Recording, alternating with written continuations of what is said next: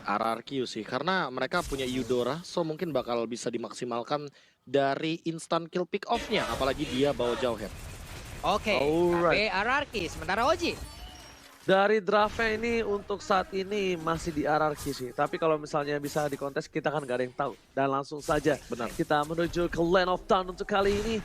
Para pemain dari tim RRQ Oshi dan juga Rebellion Genflix masih seperti biasa. Dan untuk kali ini agak sedikit berbeda untuk Val. Val tidak mau terlalu birahi, tidak mau terlalu barbar seperti biasanya. Dia bakal coba untuk mengawal pergerakan karena dia adalah tank cover bukan tank inisiator KB. Iya, dan bahkan kalau misalkan menengok dari Val, ini playstyle-nya dia tuh emang playstyle yang nabrak-nabrak, yang mainnya agresif banget. Makanya kita tidak kaget kalau seandainya nanti di menit yang kedua sampai dengan menit yang kelima, Rebellion Genflix bakal mencoba untuk mengembalikan keadaan dengan cara nabrak. Apalagi dia bawa Vengeance, dan ini bakal berat banget untuk menumbangkan Hylas ketika dia bawa Vengeance. Jadi buat RRQ Hoshi, mereka harus consider gimana caranya mereka bisa ngincer ke arah backline dan menumbangkan Huba. Karena Huba merupakan satu-satunya target yang paling possible untuk ditumbangkan di early stage seperti ini, Rangers. Yes, betul bukan sembarang betul Profesor KB terhormat, tapi ternyata di bottom lane Skylar dia mau ngebuktiin ke Profesor dan juga ke Ranger Mas kalau gua walaupun pakai alis yang harusnya alis di early itu agak sedikit tidak terlalu kuat, tapi kali ini bahkan Esmeralda dari seorang Birul yang terketar-ketir ejector ke arah belakang, R7 yang menjadi pilihan, tapi lihat di bottom lane Kekingnya berhasil, tapi first blood didapatkan. Combo antara Clay dengan featuring Albert kali ini berhasil mendapatkan satu buah poin tambahan dan sepertinya Turtle akan dimakan oleh tim RRQ Oshi, Pak. Oke. Itu dia. First blood-nya pun udah tercipta. Dan ini CCTV dari Tartar, persembahan Living by Mandiri. Skylar yang masih berjibaku untuk melawan ke arah Birulnya dengan menggunakan Esmeralda. Ada info juga cabang SBC Esport Pon yang 20 Papua 2021 nih. Wih, dia ada Mobile Legends, bos. Sedap kali pertempuran di bagian bawah pun masih tercipta. Hanya saja untuk Skylar, dia masih pergi dengan Flying Blood yang dia miliki, Noji. Yes, benar bukan separah, benar 40 dan bahkan di sini para pemain dari tim Rebellion Genflix mencoba untuk take over Tartonnya dan lihat Val sama R7 ganti-gantian. Informasi telah diberikan, kali ini nggak mau dan akhirnya di reset begitu saja terlalu lama dari Valnya. Val tersisa seorang diri, Vengeance dibuka, belum masih ditahan begitu saja, tapi lihat ada petir bukan sembarang petir dari seorang Clay. Meanwhile, beberapa player dari tim Rebellion Genflix sudah stand by position, Vengeance telah dinyalakan, Ghost Batman udah belum dimiliki tapi PN bakal coba dipaksa dan satu poin diamankan. Menuju ke arah seorang Jisa, Redder bisa dikeluarkan, tapi R7 bisa mengcutting permainan dari seorang Jisa dan lihat Albert kali ini dengan punchernya belum berhasil mendapatkan apapun dari seorang Jisa, Pak.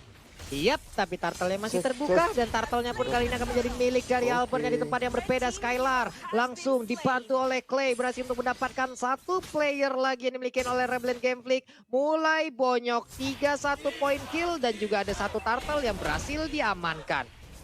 Alright, kali 50, tapi kali ini kita bakal lihat saksikan sendiri. Tim fight terjadi, Ghost Batman dibuka. Karpet merah untuk para pemain dari tim RRQ Oshi, tapi ternyata kali ini kisahnya berhasil dapetin PN. Masih ada ejector. One black from Skylar berhasil mengcover seorang PN pertukaran jungler dengan dua support dan juga tanker. Profesor KB, is it worth it?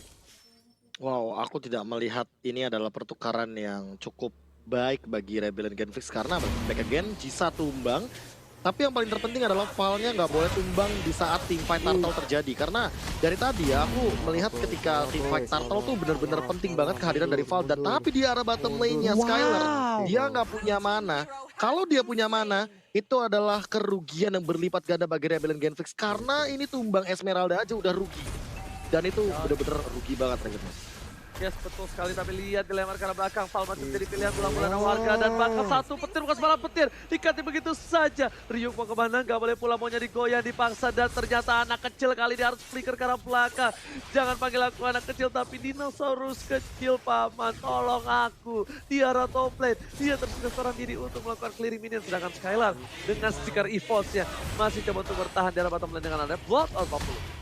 Oke, Skylar-nya pun masih sangat-sangat kuat, masih sangat-sangat strong di bawah untuk mempertahankan ke arah lane-nya sendiri. Tapi dari minimap kita lihat ada pergerakan 3 orang, ada Lunox, ada Roger dan juga Esmeralda, di mana kali ini kita lihat lagi dan lagi terjadi. Kukira Baywan ternyata bawa kawan, Elisnya pun menghilang, namun di tempat yang berbeda pun ada aksi yang sama dilakukan oleh RRQ Hoshi, Oji.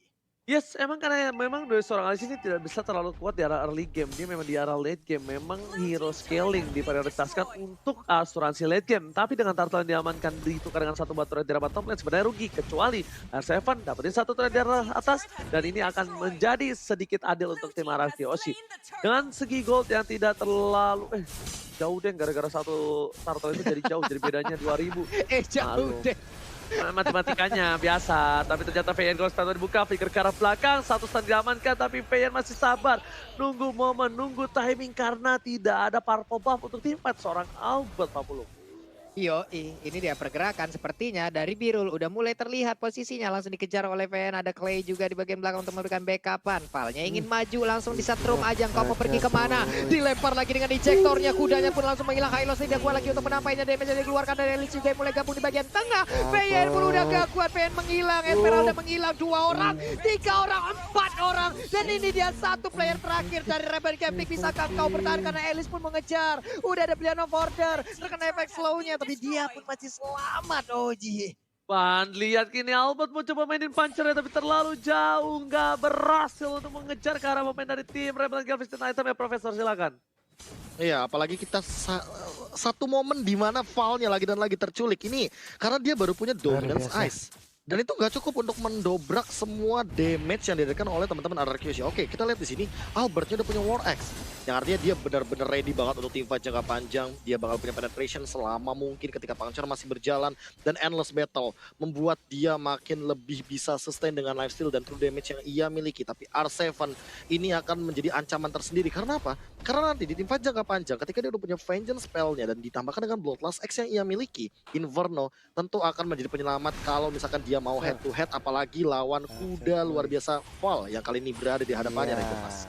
Yes, betul sekali Profesor KB terhormat, tapi kali masuk yang didapatkan. Albert berhasil mendapatkan 6 poin kill. Meanwhile di arah bottom lane, Firma akan coba masuk mengganti begitu saja. Gak boleh pulang menjadi goyang dari Val, mau kemana? Pages dibuka, damage selalu banyak digunakan. Tapi ternyata Torres yang dapetin siapapun dari kening, dan Albert kali ini bakal coba di cover. Phantom Execution-nya pun harus dipakai untuk menuju ke arah belakang. Sedangkan itu lihat, R7 tiba-tiba datang, Jisa terkaget terkejut, terheran-heran tidak ada human transform, penambah kalikan pulse tidak ada, Jisa tershutdown di depan sana, R7 benar-benar mengejutkan, surprise yang motherfather dan bahkan para main tim Rebel Kevin kali ini porang-poranda, strateginya tidak berjalan dengan lancar, R7 di garis depan sana, berhasil ditumpahkan dengan 1 poin oleh seorang Lunox. Huba akhirnya memperhatikan pergerakan barbar dari seorang R7. Sampai sana loh dia ngedorong mundur pemain Rebellion Gameplay, hampir masuk ke dalam pagar rumahnya masing-masing. Nih ibarat dia ngedorong nih dari Pulau Gadung sampai ke Kemang Selatan nih Ji, didorongnya tuh Ji. Jauh banget, sendirian aja digangguin oleh R7. Player goals by Living Mandiri di mana Skylar mengungguli dari siapapun yang ada di Lane of Dawn untuk perolehan golnya. Profesor, ini lambat laun. Gak bakal lama lagi kalau mereka dari Rebellion Gameplay hanya seperti ini mempertahankan seperti ini, hanya tinggal menunggu momen, tapi momen itu entah kapan datangnya. Mereka harus pintar untuk mencari momennya ya Prof ya, kalau ingin bisa ngebalikin keadaan. Ya, tunggu momen snowball sih, karena kalau mau diculik satu persatu terus-terusan kayak gini, nah itu dia, itu yang ditakutkan.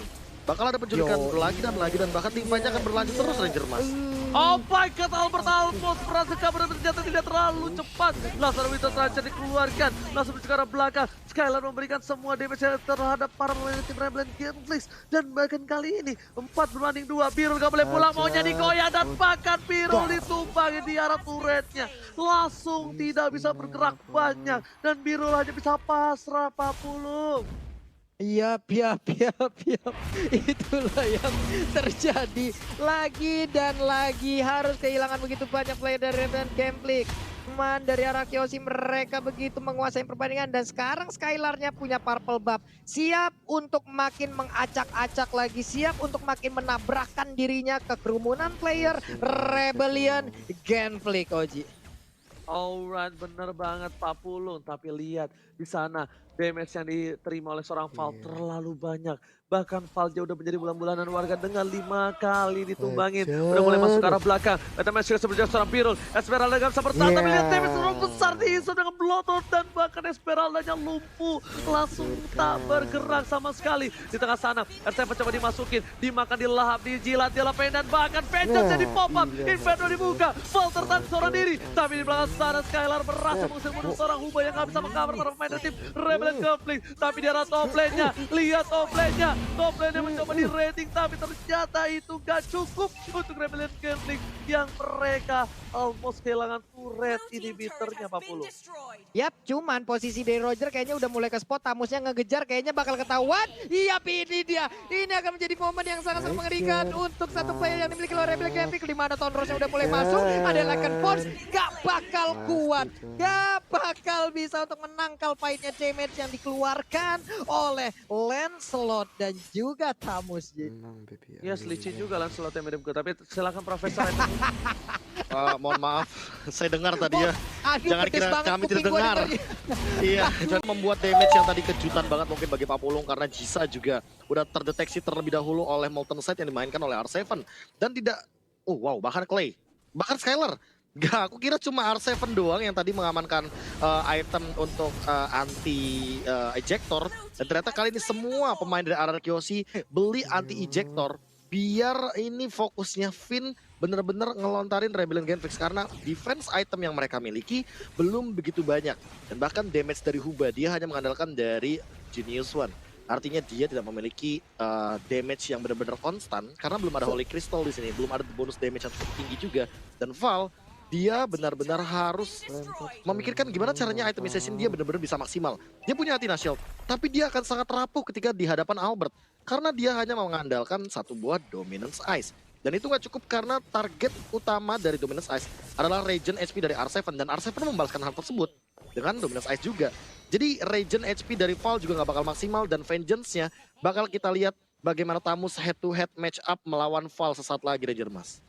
Alright, bener banget. Tapi kali ini lihat R7 dengan roda komedi putar gas depan. Tapi Skylar mencoba untuk masuk ke arah belakang. Ubah menjadi pilihan. Siapa yang dilempar tapi Finn. Kali ini dengan flicker gak berhasil mendapatkan siapapun. Bahkan Finn harus tumbal di depan sana.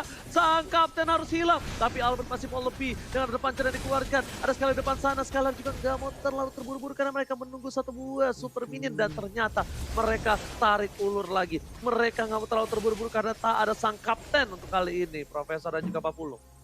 Yap.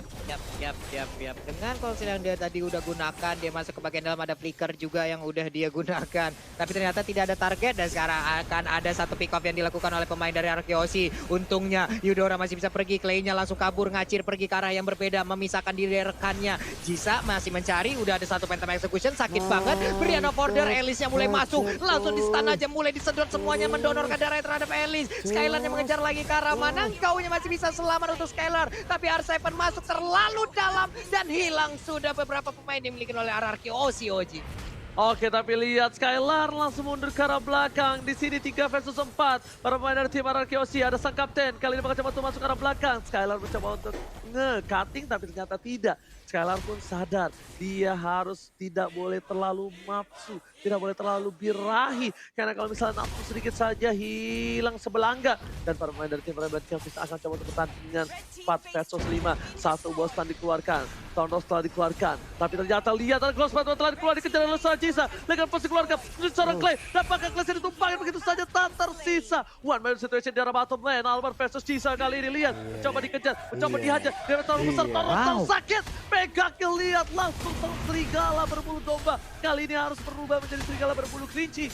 Coba dengan pancernya ting. Double kill ke arah belakang. Looking for triple kill. Looking for Maniac kah? Dan di sini distance. Maniac dan seorang Albert. Looking for Savage bersama di FPL season yang ke-8. Albert taking first. Wow, yang pastinya diawali dengan ting yang pastinya itu